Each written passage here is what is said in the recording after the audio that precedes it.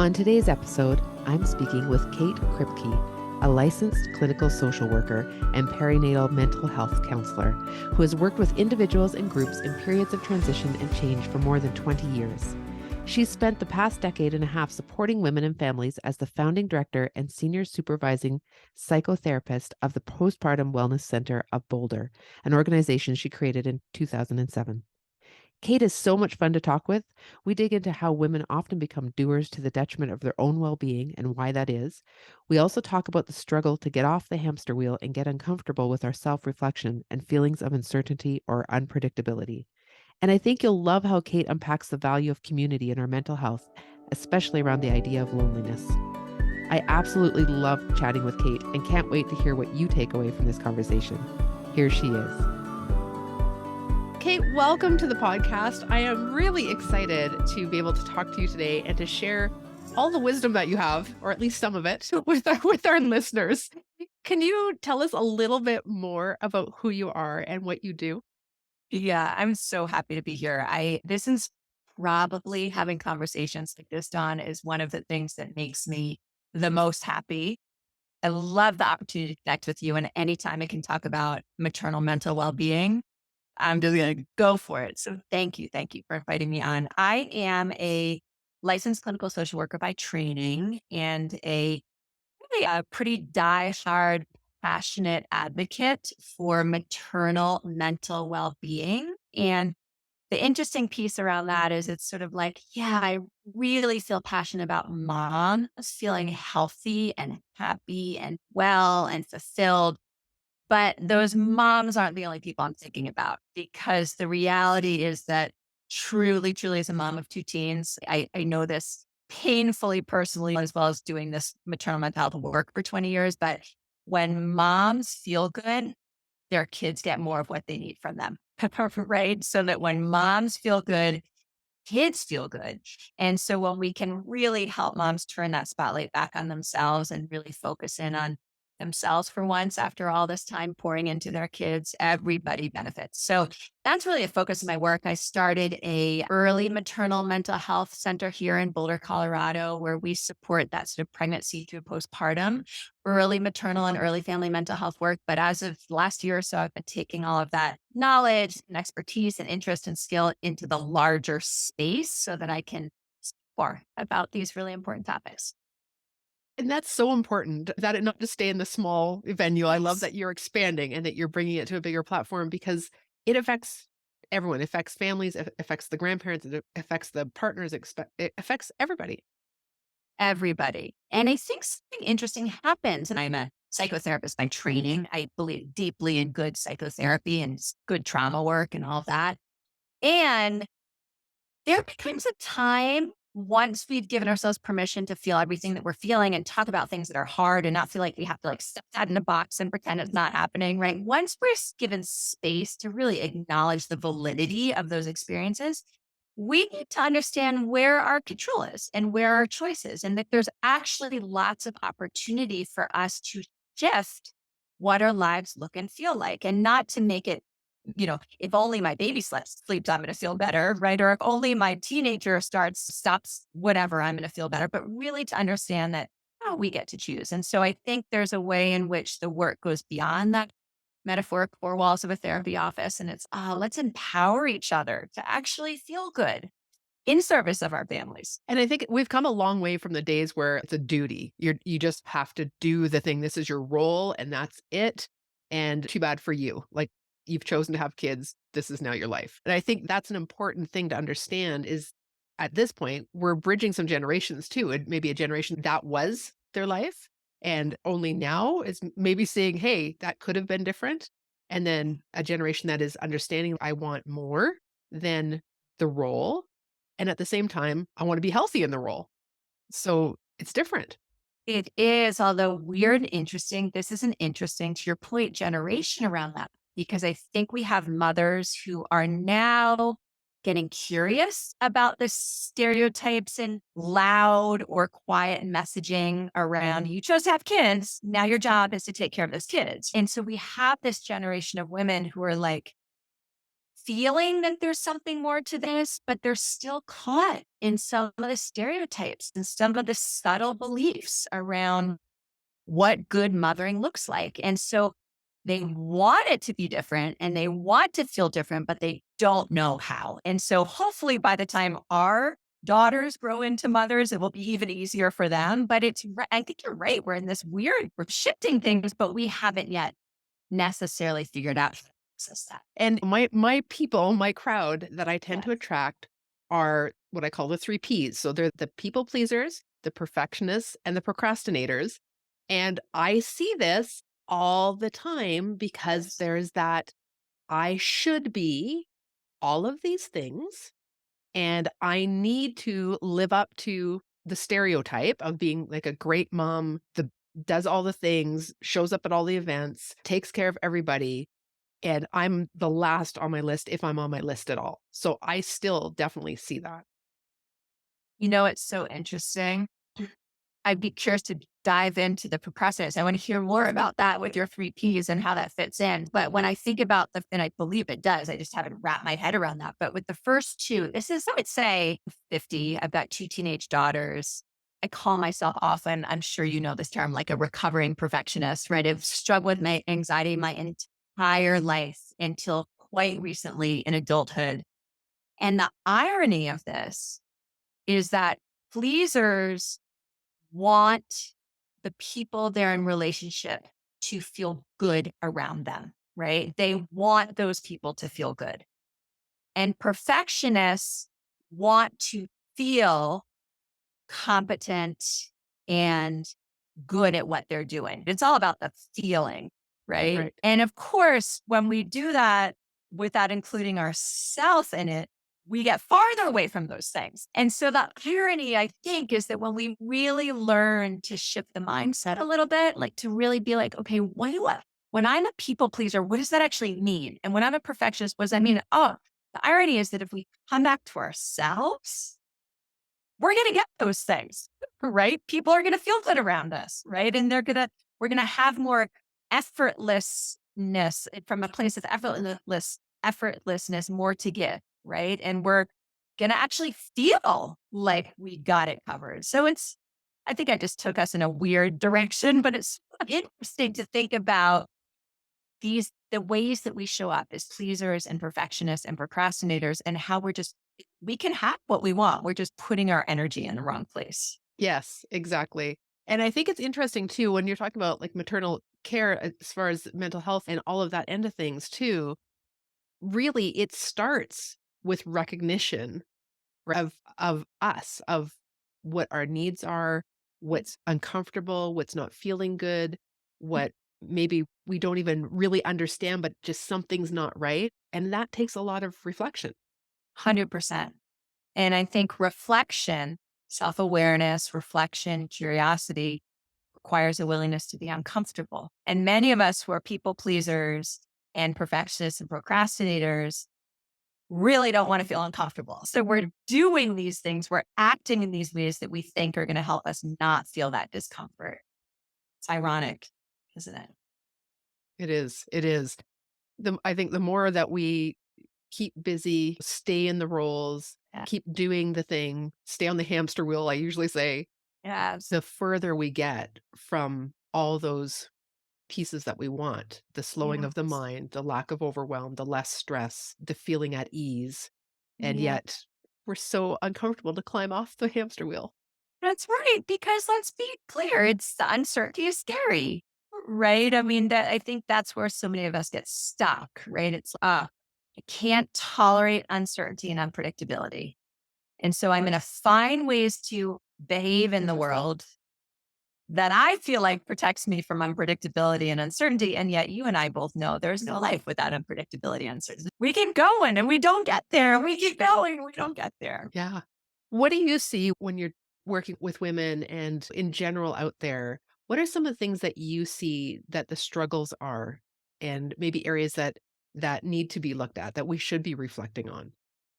Where's the struggle or the disconnect that doesn't Yes. allow for it? Yes. Beautiful. So obviously what I'm about to say are huge generalizations, but I do think there is a way in which many, many, many women get raised in families or societies or cultures where, as women, we believe that our worthiness comes from providing important things for other people, right? Our worthiness comes from what we have done to take care of people and things. Does that make sense? It's interesting because whether someone's a mother of a child or not, it's sort of a maternal nature, right? To be nurturing, to be caring. And so I think what happens is that we get talked in somehow to believing that that's about performance, right? It comes from doing versus being. And so there's this sort of trap we get in, isn't there, where we lose ourselves in that process, right? Whether it's at work or as a mother or as a partner, we tend to lose ourselves in the process of being caring and doing for others. And that's lonely, you know? I think many, many women, especially those who tend towards those three P's you talked about, feel pretty lonely a lot of the time. They often feel when we're in that position, we feel unseen, we feel undervalued. We feel disrespected, right? In many ways, it's because we've been willing to take ourselves out of the picture in order to do that, right? And so I think that's a long way of saying I think what happens is that we walk around not feeling good inside of our own skin. And part of that is because we've forgotten what it looks like to connect with ourselves before giving to other people all the time, right? So we end up doing that from such a place of depletion. We're exhausted and we're frustrated and we're, right? Do you know what I mean? And so I think what I talk about so often in my work, Dawn, is that yes, we want to feel good, right? We want to feel joyful. We want to feel grounded. We want to feel loved and loving. We want to feel successful. We want all these things we want to feel. But in order to access that experience, we have to be willing to feel the uncomfortable emotions and feelings because there are guidance systems. When I'm feeling lonely or I'm feeling frustrated or I'm feeling disappointed, if I skip over that by doing, oh, I don't want to feel that, I'm going to do more. I miss that there's a whole lot of wisdom in that feeling that's telling me where I've gotten off track with how I'm thinking or the choices I'm making. So if we give ourselves permission to feel that loneliness or that discomfort with so much compassion and sometimes support and tenderness, then we can say, oh, that feeling is telling me that I need and want more, whatever, time, space, safer relationships, right? Whatever that thing is. And then we can access it. But man, we get in our own way sometimes, right? Yes, and I think sometimes that little feeling of, like I was saying before, feeling off or just feeling like that something's missing, it creeps up and it'll come out at an odd time. There might even be a moment of like quick reflection or recognition. Oh, that's that. And then we shove it down or we get busy and Right. we go on. And so then, of course, again, it affects everyone around us and how we respond, how what our mood is like, how healthfully we're able to engage in conversation and so on. But again, when we just keep pushing it down and not actually taking that time to reflect, That's we're right. never going to make that change. That's right. And that really is a perfect example because what we're doing in that moment where we push it down or distract ourselves or dismiss, talk ourselves out of it, right? Is that we're abandoning ourselves in that moment. Right? It's almost like that quintessential idea of, oh, I'm willing to disappoint myself so that I don't disappoint those other people outside of me. And then over time, that is wearing and grating on our psyche. Of course, we feel horrible, but you're right. Many of us aren't taught to stop and pause and pay attention to those whispers. And that, of course, where the practice is. And that's where the freedom starts. And that's the doorway to feeling better. But many of us aren't taught to do that. And it feels a little scary because it's sort of what's going to come up. Right. Yeah, suddenly having to look at all that, yeah, better just avoid. And then that's the hamster wheel. Right. Because then we are in a life that doesn't feel good to us and we wonder why. And there's where the procrastination comes up that I mentioned. Ah, So let's not actually go there. Let's stay in the overwhelm. Let's stay in the overthinking. Because if I come out of that, I have to take actual action that moves me forward. And that's scary. that's So I will so procrastinate. powerful.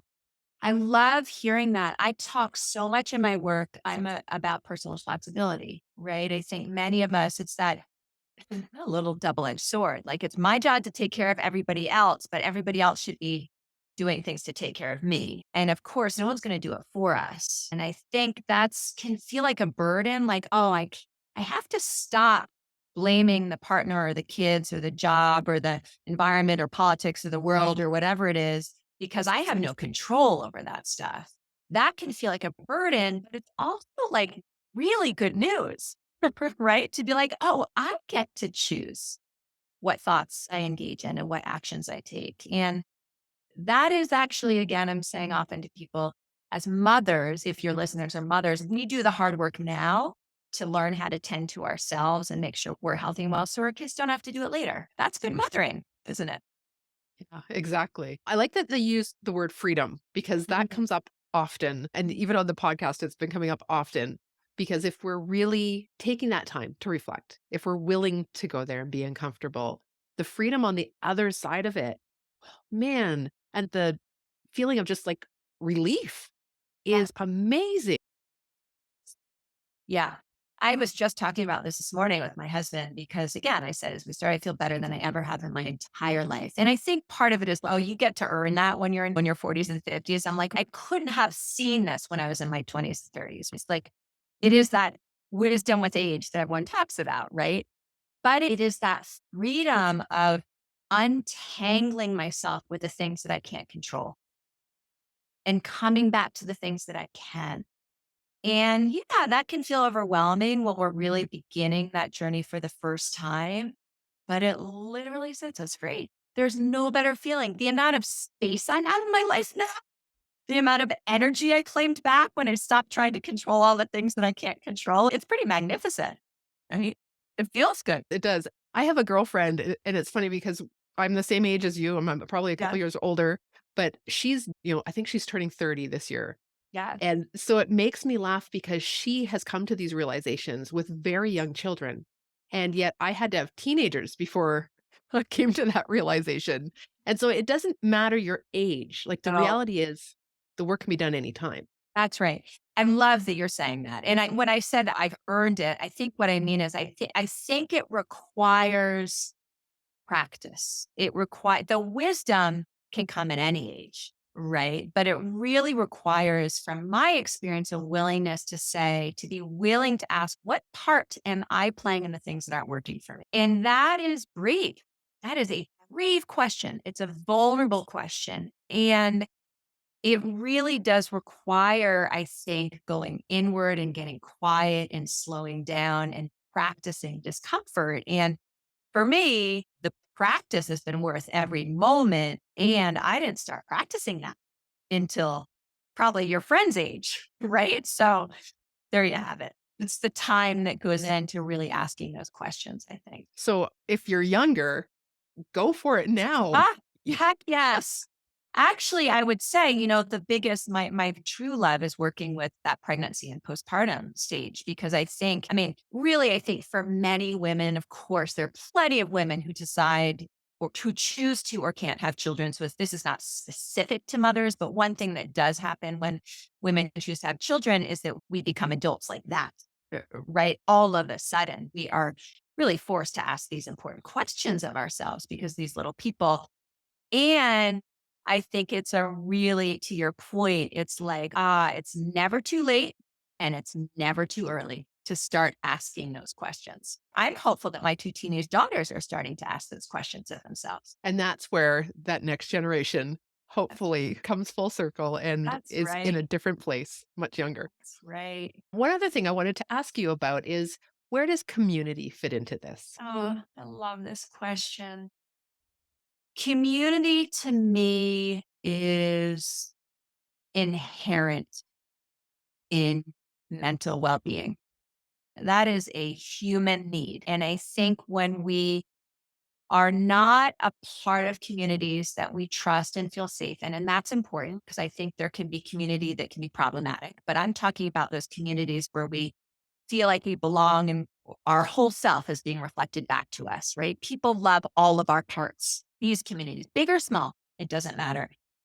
We are social and emotional beings. And I think if we don't have that experience, we are going to feel really lonely and isolated, and it's almost impossible to feel good. Now, I'm not talking about extroverts versus introverts, right? I'm just talking about literally being a part of community.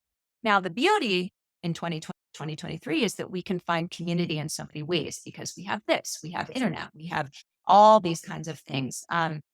But I think that this has been really lost during the pandemic because those connections have been really problematic in many situations for people and also hard to access. Yeah, I think that mental well-being requires safe relationships with ourselves and people around us. So I could go farther, but I think that's what you're doing in your podcast, right? You're building community. You're building a community of people who feel like they're being seen and can see others and are being held. It's a psychological experience of being held and supported in who we are. Yeah, community doesn't need to be mean you're in a room with 30 people. It's an experience of community. So, one thing I ask every guest is, what do you relate to personally the most? A people pleaser, a perfectionist, or a procrastinator? Such an interesting question for me because I could easily say, oh, I can quickly identify all three of those parts in myself.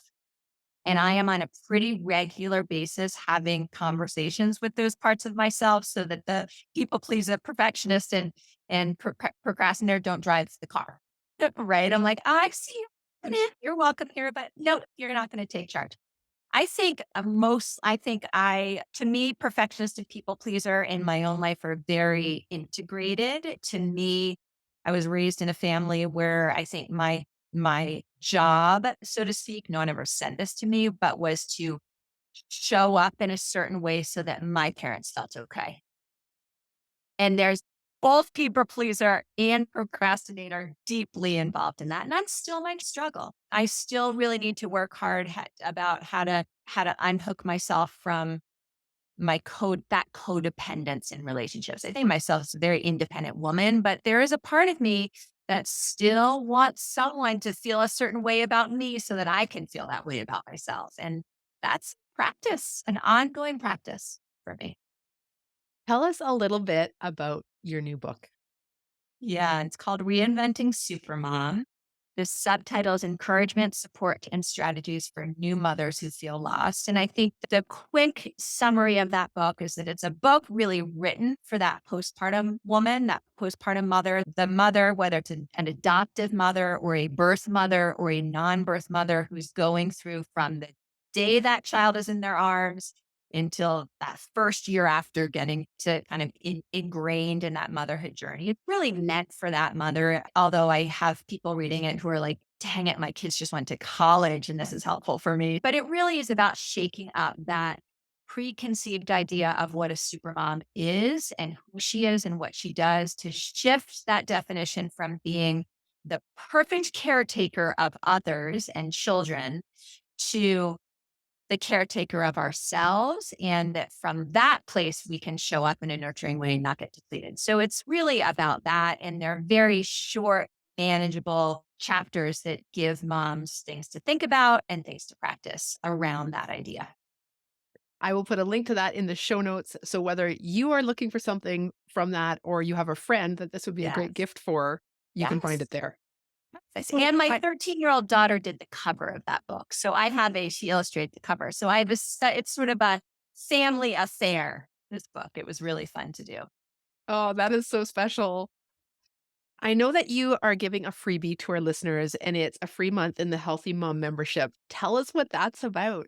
Yeah. So I really wanted to create a low hanging fruit option for mothers, women who are mothers, people who are mothers. I should say, so it's so funny. I'm very aware that sometimes when people listen to my conversations, they may not be a mother of a child. And I really do feel like it's important for all of us to tap into that maternal nature. And so really anyone could join us that wanted to, but it's called the Healthy Mom membership. And it was a low hanging fruit way to really invite people in who are ready to start taking control of their health and wellness. And, I think of mental wellness and mental well-being is a biopsychosocial spiritual package, right? We really have all of those things that take part. And so the Healthy Mom membership, once a month, I offer up live, but they're recorded if people can't jump in, conversations with many different kinds of specialists and experts in the field of women's health to talk about and share ideas and answer questions and provide resources. And that this is a really, to speak about community, it is a community of women, of mothers who are really wanting to feel good in their lives and want to be part of a community of other people who are trying to do the same thing and to get some information and access to some of those things and what it feels like when we begin to dive in. So, simple way to get started. Thank you so much for that. That will be in the show notes. So take advantage of this from Kate. Kate, thank you so much for being on the podcast. Where can our listeners find you the easiest? Yeah, my website, katekripke.com. And I'm sure they'll find spelling in your show notes. I also have an Instagram feed at Kate Kripke, where I am really regularly sharing ideas and thoughts around accessing feel good feelings and learning how to sit with the less good feelings in motherhood. And so I invite people to come find me there as well. I so appreciate the message that you're putting out there and the platform that you're using to get out to more women. I think this is such an important conversation and it needs to be opened up and expressed and normalized. And I so love that you're doing this. Oh, thank you. And thanks again for inviting me. This is like my jam having these conversations. So thanks to you, Don. Appreciate it.